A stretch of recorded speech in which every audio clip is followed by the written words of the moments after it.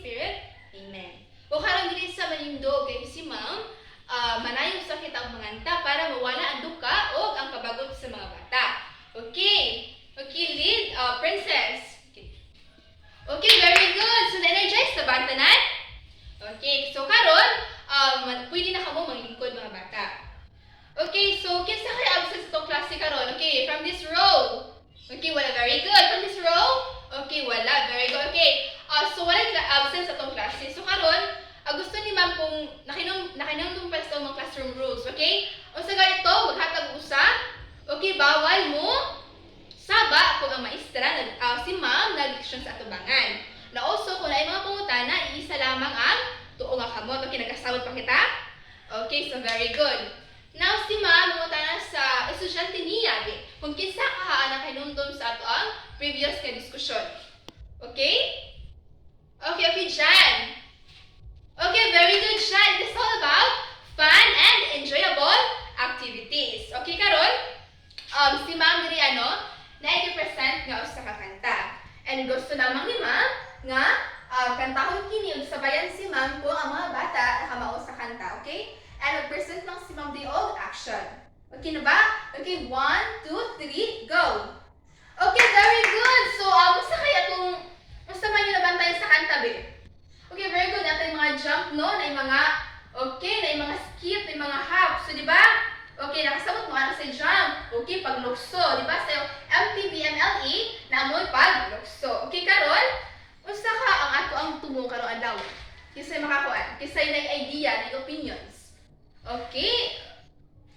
John Mark, okay, it could be. Okay, pwede na sa siya. Okay, so now, kinsa kayo naka-familiar sa locomotor skills or mga movements, locomotor movements. Unsa kanin sila? Okay, basahan sa nato ang ato ang objective. Identifies locomotor skills. Unsa kanin sa mga locomotor skills? Any idea from the class? Okay, na kayo nabatihan diriya. Okay, so pwede ra siya. Kaya na yung kitagantong club, si Inay Princess, pwede ra si Enday, naki-idea.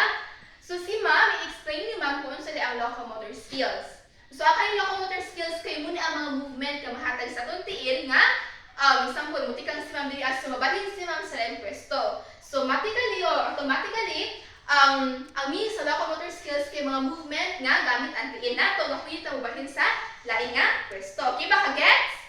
Okay, example, di ba? Kung ganyan, jumping, di ba? Nag-isto tayo jumping, natin tayo walking, di ba? So, mga liyong gamit ang tiin nato, di ba? Jumping and also walking. Di ba? Di ba? Hintas lain nato nga pwesto. Okay, very good.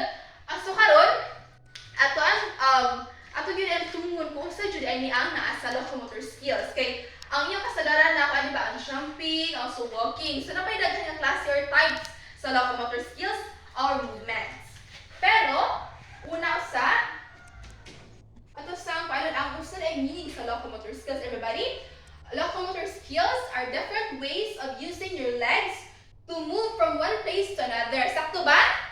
Sakto, ganiha. Okay, now, si ma'am diri naipapilit nga mga illustrations. And gusto ni ma'am na makita diri ninyo o atakan ko yung observations or sa kanyang mga opinions about sa photos. Okay, very good. Okay, karon kay naman nag-share naman mas iyong mga ideas. Gusto ni ma'am tubagon sa usa ka estudyante ang pangutanan. Okay, inday princess na experience ba nimo siya? Adlaw ang pag-jump, ang pag-walk, ang pag-hop. Okay, very ikaw Ana. Na-experience sabi mo, di ba na yung mga klase-klase sa mga styles or movements sa locomotor skills na represent si ma'am. So karon, ato ilhod ang matag usa kanila. Okay, the first picture kay ingon mo ganiha nga kani siya kay nagpakita siya og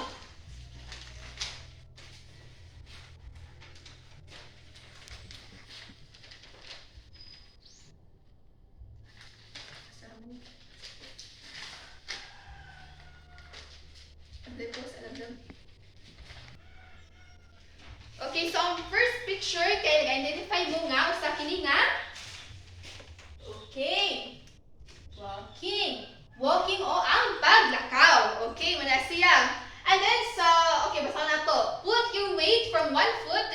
while moving forward or walking. Okay, sa next illustration, ganihan ingon mo nga usa kini siya ka running o sa pagbinisaya pa, usa kini ka pagdagan. Okay, nakita niyo sa pictures, di ba? Na tulo ka bata nga gadagan. And also the next picture showing what? Di ba, high jump siya. So, unsa ka ang tawag sa tiil nga using high jump, di ba?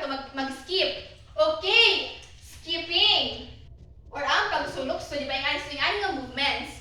Okay? Okay, karon kay inyo namang nalawaan ang mga different types sa ang locomotor skills or movements.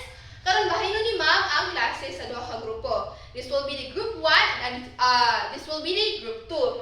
And gusto ni ma'am nga magplano ang matag grupo kung unsa ilahang scenario, di ba, gamit ang usa ka locomotor skills. Scenario nila nga i-present diri sa tubangan. And also be creative kay si ma'am na ibasihan para sa inyong grado. So na rubrics diri si ma'am. Okay, tagaan mo ni ma'am og 5 ka minuto para iyang buhat. Okay, first presenter ni group 1.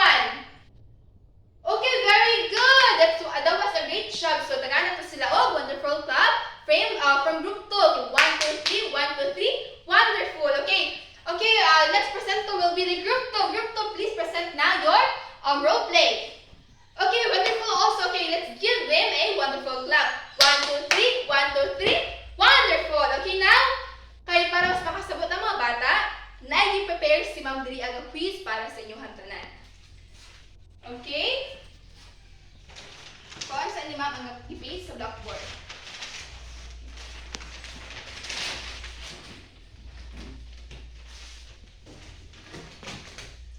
And I want you to get a 1/4 sheet of paper para ansiran ninyo. And also, I'll just give you tagaan mo ni Ma'am og 2 ka minuto para ansiran kin. O inong saba naman dira ang saluyo.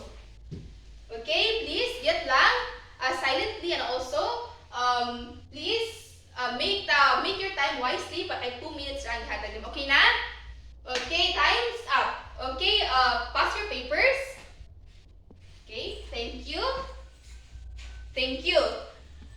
Okay, sa pag-check ni ma'am, no, daghan kayo nakakuha og perfect score. So, daghan na to, very good clap ang ato ang self. Okay, 1, 2, 3. 1, 2, 3. Very good. So, nakasabot yun dahil sa discussion ni ma'am. Okay, kisa may na yung mga pangutana diri Okay, okay, yes, Inday Jana? Yes, pwede magamit. Ano, tayo siya diri kung pwede ba daw matawag locomotor skills gihapon daw ko no, ang gamit sa tiil nga movement, imbes wala sa atong discussion ganiha. Okay, pwede na siya as long as tiil ang gigamit and nakabalhin ka sa laing lugar using your feet or your foot. Okay ba? Okay, now very good. So now, sa tamang uli, no, gusto sa inyo makuha yung assignment notebook. Okay? And gusto ni ma'am na inyo halayong kapihon sa yung assignment notebook para dili makalimot ang mga bata. And inyo na yung iingon sa iyong mama, papa, lola or lolo, tet or tita, ate or kuya, nga na may assignment para matabangan mo og answer. Okay, so get your assignment notebook and please copy this silently. Okay na? Okay, very good. So don't forget your assignment, okay? To be passed tomorrow. Okay? Now, before leaving, I want you to pick up trashes under your chairs. Okay? Manilig sa. Okay? Now, who will conduct the closing prayer? Okay. And the Father, the Son, the Holy Spirit. Amen. Goodbye, class. Okay, keep safe. God bless.